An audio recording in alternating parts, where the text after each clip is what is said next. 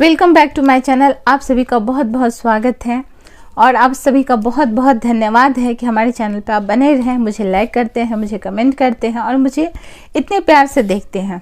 चलिए आज हम बात करते हैं कि इंटरकास्ट मैरिज करनी चाहिए या नहीं करनी चाहिए, इस बात पे करते हैं।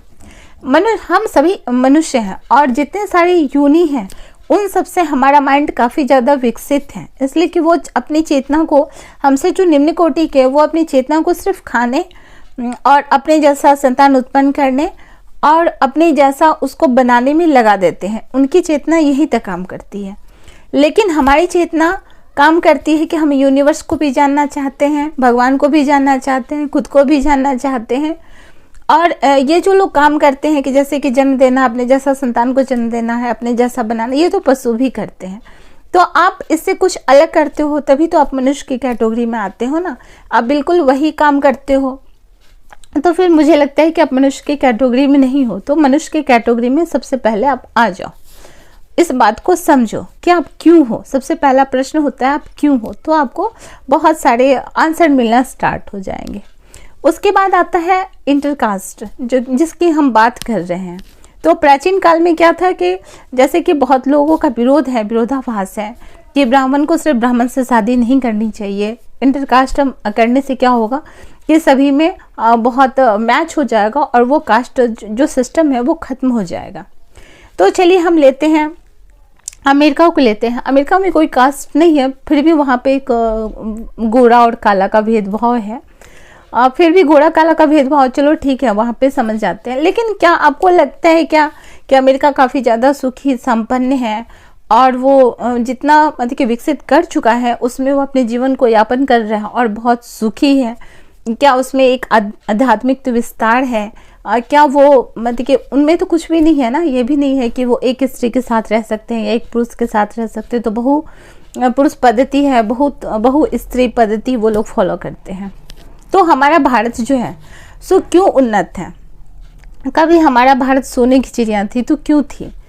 और कभी हमारा जो भारत है वो पूर्ण तरह से वैदिक थी, जिस टाइम में सभी सुखी थे और ना तो यहाँ पे लड़ाई था, ना तो झगड़ा था, ना तो चोरी था, ना तो इस टाइप के जो भी जुल्म होते हैं, लड़कियों पे इतने सारे जुल्म होते हैं, वो सब कुछ नहीं था उस टाइम में।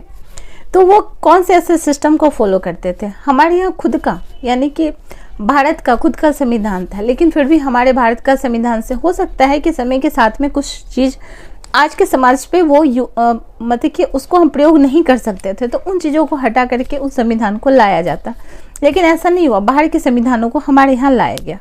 चलो ठीक है, मान लेते हैं वो भी, उसका भी वेलकम, सब कुछ सही है। लेकिन उनसे क्या हुआ? क्या हमारी शिक्षा प्रति बहुत अच्छी हो गई? क्या मतलब कि मानवों में प्रेम हो गया? क्या सद्भावना आ गई? क्या हम लोग जो है मतलब कि कुछ उसका जो जितने सारे निगेटिव अभी इफ़ेक्ट पड़े हैं, क्या उन सब चीज़ों को हम रोक सकते हैं? वो जो मान के चलो कि अभी तक भी ठीक था, लेकिन वहाँ पे एक कहते हैं ना कि एक जाति का वहाँ पे एक ठप्पा, जैसे कि पीके में कहा गया था, ठप्पा लग गया। पहले नहीं लगा हुआ था, पहले कर्म के आधार पे था कि आप कर्म के साथ, यानी कि आप अपने मेंटल को, पहले क्या था, जाति था मेंटल के हिसाब से कि अपने माइंड को आप कितना डेवलप कर सकते हो, माइंड के किस एरिया में आप कितना काम कर सकते हो, फिजिकल आप कितना काम कर सकते हो, अपने डीएनए को कितना स्ट्रांग कर सकते हो, उस पर जो था सो जाति बनी हुई थी।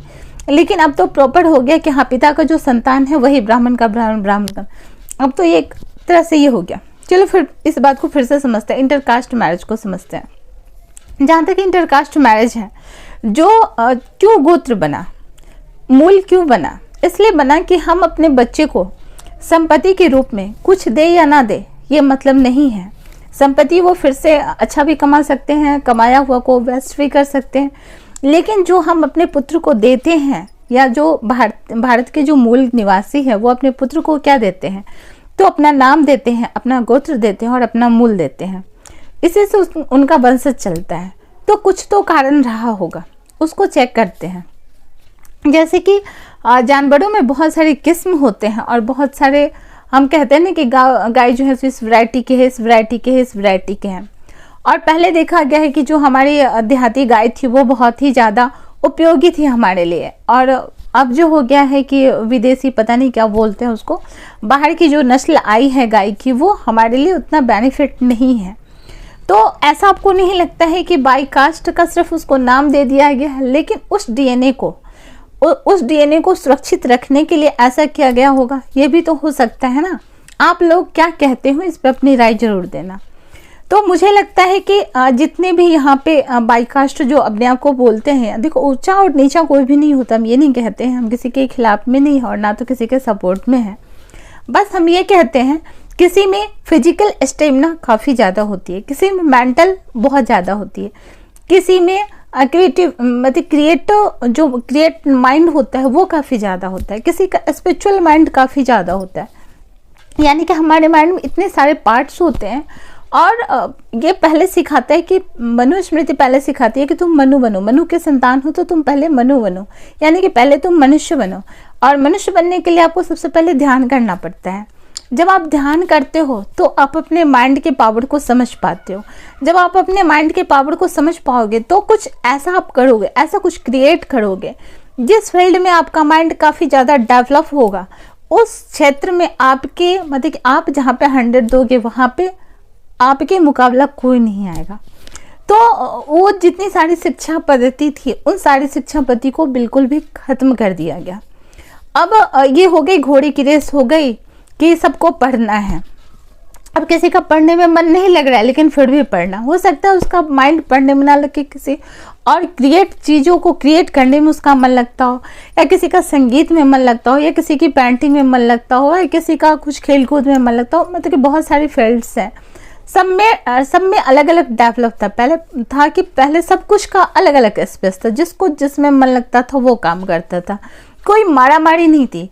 अब क्या हो गया है कि अब सब एक ही क्षेत्र में मारामारी हो गया और बाकी की चीज़ जो है सो खत्म होते गया। इसका परिणाम क्या हुआ कि एक तरह से हम जितने समृद्ध पहले जितने अमीर थे, हमारे पास एक सोने की कॉइन्स थी, इसलिए कि जितने सारे घर थे सब में कुछ ना कुछ बनता था, सब क्रिएटिव माइंड थे, कुछ ना कुछ सब बना रहा होता था।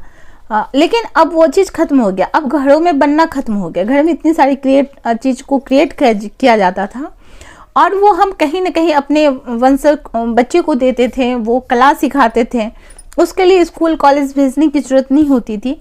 और जितने सारे परिवार हैं सब में कुछ न कुछ क्रिएट करने की क्षमता थी, ऐसा नहीं है कि किसी में नहीं था, सब में था। तो मुझे लगता है कि इंटरकास्ट मैरिज अगर किया जाएगा तो जो मतलब हमारे पूर्वज से होता आया है, जैसे कि हमारा जो गोत्र है और हमें जो मिला है अपने पिता से, तो हम अपने ससुराल में आए तो हम उस पिता के गोत्र को छोड़ के अपने ससुराल का जो गोत्र है उसको कैरी किए हैं और अपने बच्चा को भी फिर वही नाम देंगे। इसलिए कि स्त्रियाँ गुणसूत्र और ये जो डीएनए होता है उसको वो कैरी नहीं करती है, गुणसूत्र को क्रोमोसोम बोलते हैं उसको इंग्लिश में, उसे कैरी नहीं करती है, उसके जो फादर होते हैं वो उसको कैरी करते हैं वही। तो जब इंटरकास्ट मैरिज होगा तो सबका मिसमैच हो जाएगा, जो कि एक तरह से गीता में दिया गया है इस चीज़ को कि जब हम धर्म से अलग होंगे तो स्त्रियाँ दूषित हो जाएगी और स्त्री के दूषित होने से वर्ण संकर होगा और वर्ण संकर होने से हमारा वंश जो है वो खत्म हो जाएगा। तो आप अगल बगल भी उदाहरण में भी देख लो, अगर कोई इंटरकास्ट मैरिज करता है तो उसके एक पीढ़ी तो इंटरकास्ट मैरिज किया, दूसरा पीढ़ी भी रहता है, तीसरा पीढ़ी बिल्कुल खत्म हो जाता, पता ही नहीं होता है कि वो कौन से वंश से है और कौन से कहाँ से है, मतलब उसका सब कुछ ही खत्म हो जाता है। तो मुझे लगता है कि जितने पॉजिटिव पॉइंट्स जितने नहीं हैं उससे ज़्यादा इंटरकास्ट का जो है सो निगेटिव पॉइंट्स हैं। तो हमें लगता है कि प्रत्येक इंसान को, और दूसरी तरफ से देखा जाए कि प्रत्येक का जो परिवार होता है उसका रहन सहन भी बहुत अलग होता है। तो अभी आप जैसे कि आपको कॉलेज लाइफ हो तो आपको लगता है कि हम दोनों एक जैसे हैं, लेकिन बिल्कुल नहीं, आप दोनों एक जैसे नहीं हो। दोनों की जो लिविंग स्टैंडर्ड है वो दोनों बहुत ही अलग अलग होती है। उसके घर का जो रीति रिवाज है, उसके घर का जो रीति रिवाज है, एक दूसरे को आप कैरी नहीं कर सकते हो, फिर आपको लाइफ टाइम उसके साथ ज़िंदगी बिताना बहुत मुश्किल हो जाता है। इसीलिए मेरा तो मानना है कि आप जो भी लोग हैं इंटरकास्ट मैरिज से जितना दूर रहे उतना अच्छा है, इसलिए कि इसका प्रॉफिट कुछ नहीं है। सिर्फ मुझे लगता है कि सिर्फ मतलब कि 2 दिन की दोस्ती से आपने समझ लिया कि ज़िंदगी यही है, लेकिन ज़िंदगी तब पता चलता है जब आप उसके साथ रहते हो, तब पता चलता है। और समाज में इतने सारे निगेटिव इसके पॉइंट्स आ रहे हैं। बहुत सारे लोगों का कहना है कि काटो तो ब्लड एक जैसा है, तो मच्छर का भी तो ब्लड वही होता है ना, रेड कलर का ही होता है, तो ब्लड का रंग ही लाल होता है। लेकिन इसका ये मतलब नहीं हुआ कि आप और वो सब सेम है, सेम नहीं होते हैं। जैसे कि हमारा मान के चलो कि हम जो भी कास्ट के हैं, अगर सेम हमारे जो वही कास्ट के होंगे तो हो सकता है कि थोड़ा बहुत मैच हो जाए, इसलिए कि हम लोग का डीएनए सेम है और हम लोग का बहुत हद तक गोत्र मूल वगैरह अगर सेम होता है तो हम लोग इस चीज़ को लेके चलते हैं कि हम लोगों की जो रीति रिवाज है, बहुत सारी चीज़ें हम लोग का सेम है। जैसे कि हमने शुरू से अपने घर में देख के आए वही ससुराल में भी मिलेगा, इसकी पूरी गारंटी होती है। लेकिन अगर यहाँ पे मान के चलो एक वैष्णव परिवार है और इसकी शादी हो गई बिना वैष्णव परिवार में, तब तो एडजस्ट कर ही नहीं सकता है। तो बहुत सारी चीज़ शादी के टाइम में देखना होता है। तो मुझे लगता है कि जो चीज़ हमें अपने वंशज से या अपने पूर्वजों से जो मिला है उसी को आगे बढ़ाते हुए, एक समाज को अच्छा दृष्टिकोण देते हुए, एक समाज को सुरक्षित करते हुए हम आगे की ओर अगर उसको ले जाते हैं तो जितने भी हिंदू परिवार हैं वो कहीं न कहीं वेदों को जी रहे होते हैं, लेकिन उसका नहीं पता होता है कि वो उस वेद को जी रहे हैं, उसे पता नहीं है। लेकिन हर जगह वो वेद को ही जीते हैं। जैसे कि कहते हैं माता पिता की सेवा करनी चाहिए, माता पिता भगवान होते हैं। अगर जिस दिन आपने माता पिता को भगवान मान लिया तो बहुत सारे कष्ट अपने आप खत्म हो जाएंगे। जो कहते हैं कि हाँ मती गुरु को अपना माता पिता समझना चाहिए, गुरु को भगवान समझना चाहिए, जिसने अपने गुरु को मान लिया तो उसके बहुत सारे संकट ऑटोमेटिक खत्म हो जाएंगे। संकट वहीं पे आती है जहाँ पे आप माता पिता को अवॉइड करते हैं, उनकी बात नहीं मानते, वहीं पे संकट आती है। इसलिए कि माता पिता आपके लिए कभी भी गलत नहीं सोचते हैं। माता पिता आपसे ज़्यादा उम्र के होते हैं, उनके पास अच्छा एक्सपीरियंस होता है, वो अच्छी लाइफ जी चुके होते हैं और जिस स्टेज से आप गुजर रहे हो उस स्टेज से वो गुजर चुके होते हैं। इसलिए वो कभी भी आपको शिक्षा देंगे तो गलत शिक्षा नहीं देंगे, सही शिक्षा देंगे। और आप लोगों की एक तरह से नादानी के कारण, हम नादानी कहेंगे, बेवकूफ़ी नहीं कहेंगे, नादानी के कारण आप लोग इंटरकास्ट मैरिज तो कर लेते हो, लेकिन वो शादी जो है सो आपका सफल नहीं होता है। 90% वो शादी आपका विफल होता है। कभी सूटकेस में उसके लाशें मिलती है और कभी नहीं मिलती है। इस तरह से भी आप देख सकते हो। और जिसके साथ आप शादी कर रहे हो तो वो सबसे पहले आप उसको ये चेक करना कि आपकी रिस्पेक्ट कितनी कर रहा है, आपकी बातों को, कौन सी बातों को काट रहा है, या आपको इम्पोर्टेंट कितना दे रहा है। या अगर वो अच्छा इंसान होगा तो कभी नहीं कहेगा कि आप अपने फैमिली के अगेंस्ट में जाकर के शादी करो। इसलिए कि शादी कोई गुड्डा गुड़िया का खेल नहीं होता है, कोई बच्चों का खेल नहीं होता है। शादी मतलब कि एक संस्कार है, 16वां संस्कार में एक संस्कार है और सबसे बड़ी रिस्पॉन्सिबिलिटी होती है। जब आप माँ बाप से शादी के बाद अलग होंगे, उस हस्बैंड के साथ आप अपना रिश्ता शुरू करने जा रहे हो, एक दो मिलकर के एक तीसरे लाइफ को जन्म दोगे, फिर उसका प्रतिपाल करोगे। ये बहुत ही बड़ी रिस्पॉन्सिबिलिटी है। बच्चों को देखने में लगता है कि काफ़ी छोटी सी बात है, लेकिन छोटी सी बात नहीं है, बहुत ही बड़ी बात है। यहाँ तक कि आदमी एक स्टेट जो होता है दूसरे स्टेट में अगर शादी हो जाती है तो वहाँ भी उसको काफ़ी ज़्यादा प्रॉब्लम्स क्रिएट होते हैं। ब्राह्मण भी बहुत सारे उप ब्राह्मण होते हैं, उपजातियाँ होती है, अगर उसमें भी शादी हो जाती है फिर भी वो अपनी लाइफ में काफ़ी ज़्यादा स्ट्रगल उनको करना पड़ता है। तो इन सारी स्ट्रगल से बचने के लिए माँ बाप जो है सो सेम कास्ट में या सेम रिलीजन में शादी करना ज़्यादा बेटर समझते हैं। इसलिए कि जिस चीज़ को आप बचपन से देख आए हो, जिस चीज़ को आप बचपन से जी आए हो, उसी चीज़ को अगर आप अच्छे से जीते हो तो आपका लाइफ जो है सो बिल्कुल मक्खन की तरह स्मूथ चलेगा, सुंदर चलेगा। अगर आप अपने माँ बाप के डिसीजन का आदर करोगे, पालन करोगे। तो मुझे लगता है कि मतलब कि जैसे कि जैसे कि गाय होती है, उसमें काफ़ी नस्ल होते हैं। उसी तरह से जितने सारे यहाँ पे मानव है, जितने सारे जाति है, जितने सारे उपजातियाँ हैं, सबकी कुछ ना कुछ एक नस्ल होता होगा। और एक नस्ल के कारण जो होता होगा वो उस फील्ड में काफ़ी ज़्यादा ब्रिलियंट होते होंगे दूसरे से। जैसे कि मुझ में कुछ चीज़ है तो बहुत सारी चीज़ मुझ में नहीं है। और जैसे कि मैं दूसरे को देखती हूँ तो उसमें काफ़ी ज़्यादा स्ट्रगल करने की है, मतलब वो काफ़ी ज़्यादा वर्क कर सकता है, तो वो चीज़ मुझ में नहीं है। तभी जाकर के हम एक परिवार को जन्म देते हैं। और समाज क्या होता है, हमारा एक परिवार होता है। तो हम समाज में एक दूसरे को इज्जत देना बहुत बड़ी बात होती है कि हम इज्जत देते हैं तभी हमें इज्जत मिलता है। इसलिए ये कहना बहुत गलत है कि हम बड़े हैं या हम बड़े। यहाँ पे कोई बड़ा या छोटा का मतलब नहीं होता।